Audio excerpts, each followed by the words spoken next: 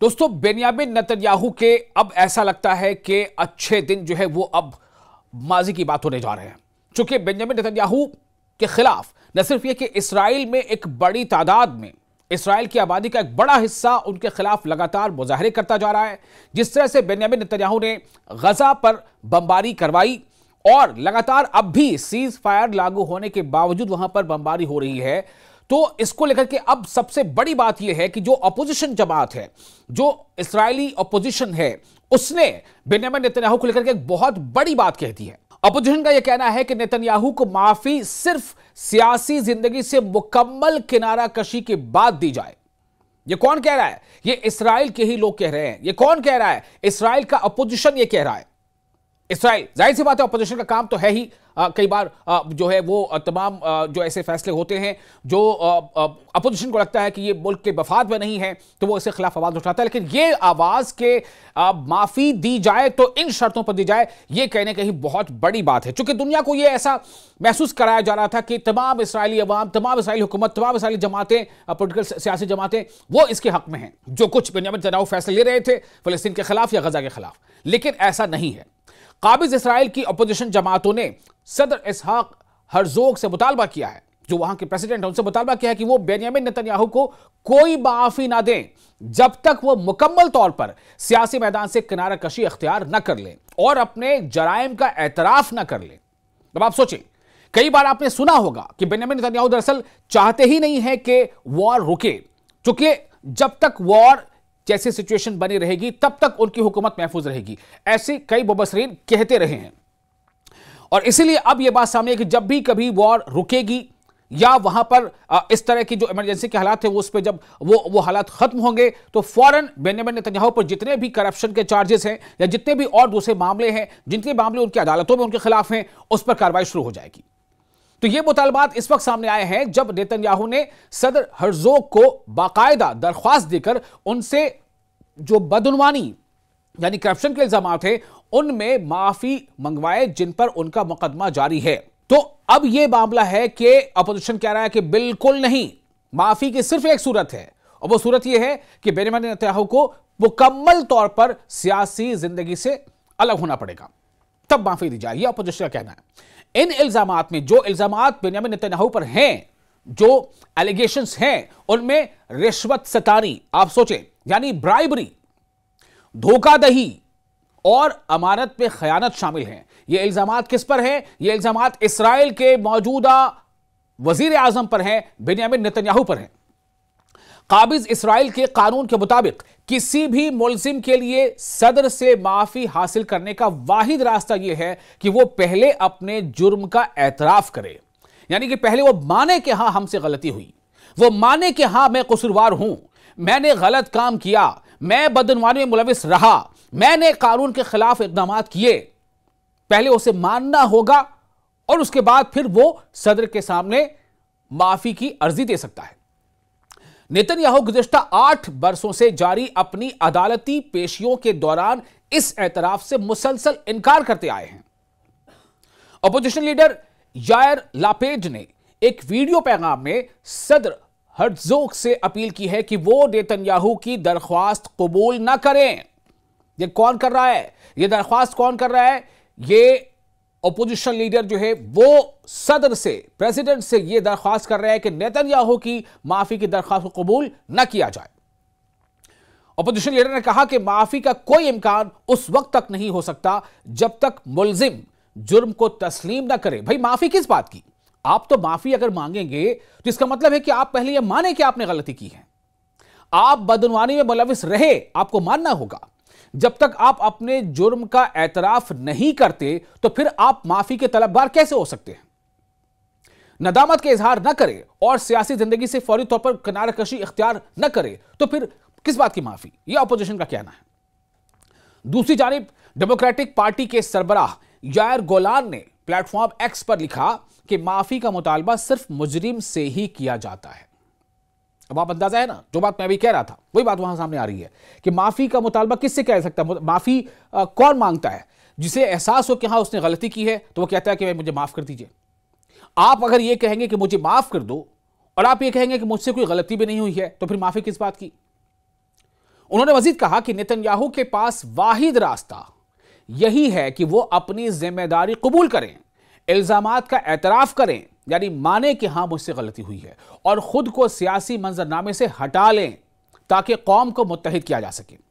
यानी कि यह बात काबिल जिक्र है कि इससे यह पता चल रहा है कि कहीं ना कहीं इसराइली कौम में इंतशार है, इसराइली कौम बंट चुकी है। एक बड़ा हिस्सा जो है वो नेतन्याहू के नीतियों, उनकी जो प्लानिंग्स है या उनके जो फैसले हैं उसके बिल्कुल खिलाफ है। वो नेतन्याहू को एक आंख पसंद नहीं है, नहीं देखना चाहते नेतन्याहू को। तो ऐसे में जो ये बात सामने आ रही है कि नेतन्याहू को पहले अपने जुर्म का एतराफ करना होगा। यह बात काबिल जिक्र है कि सदर हर्ज़ोग को रवां माह के आगाज में अमेरिका के सदर डोनाल्ड ट्रंप की तरफ से एक खत मौसूल हुआ था जिसमें उन्होंने नेतन्याहू के लिए माफी पर गौर करने की दरख्वास्त की थी। फिर से माफी।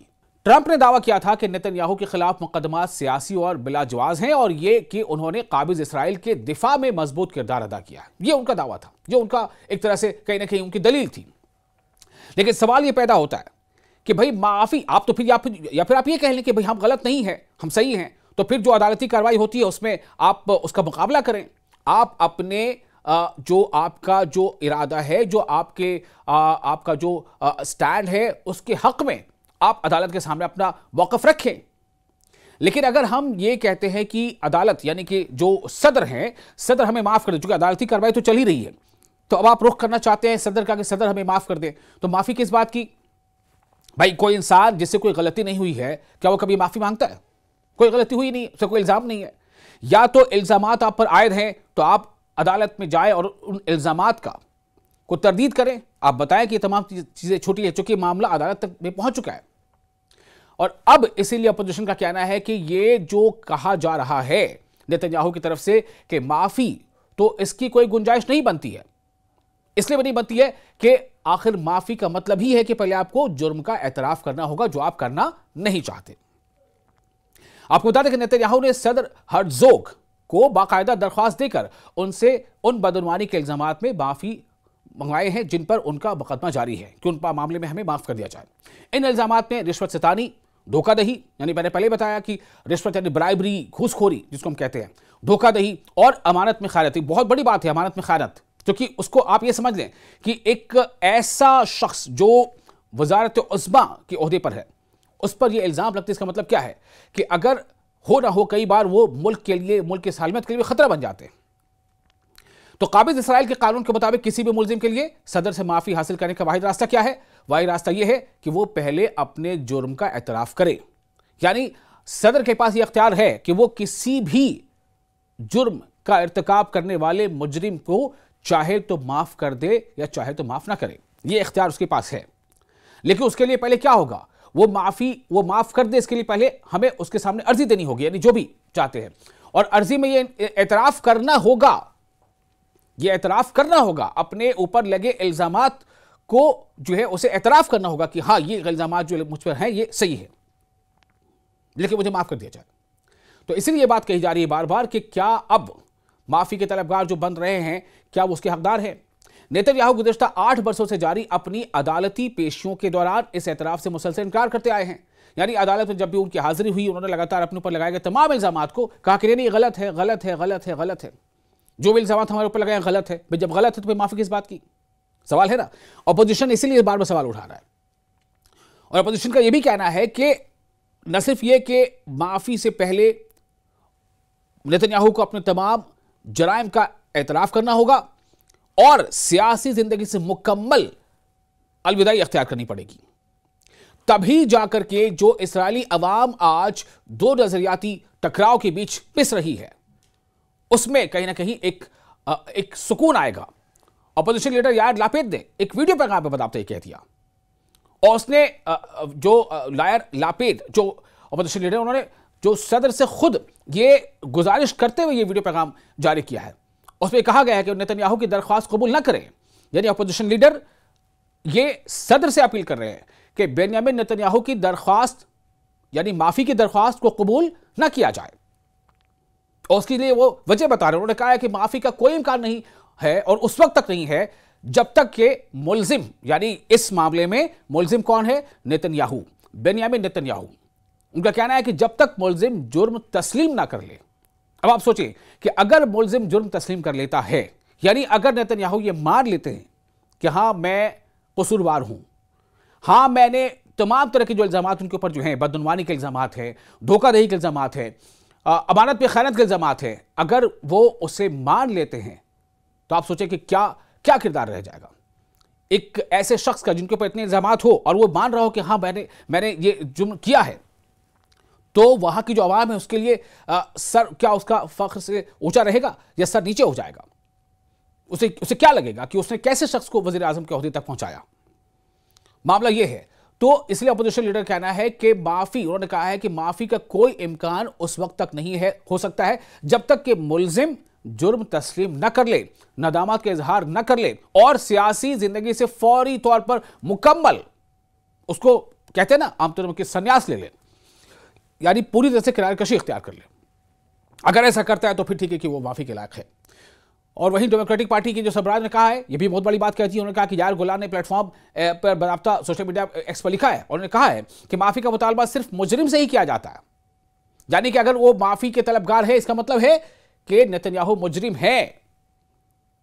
उन्होंने मजीद कहा कि नेतन्याहू के पास वाहिद रास्ता यह है कि वो अपनी जिम्मेदारी कबूल करे, अपने ऊपर लगे तमाम इल्जामात को, बदउनवानी के इल्जामात को, धोखाधड़ी के इल्जामात को, अमानत के में खयानत के इल्जामात को कबूल कर ले। फिर शायद यह रास्ता बचता है कि वो सदर से माफी के तलबगार हो सकते हैं और सदर शायद कि उनको माफ कर दे। देखते हैं आगे क्या कुछ होता है।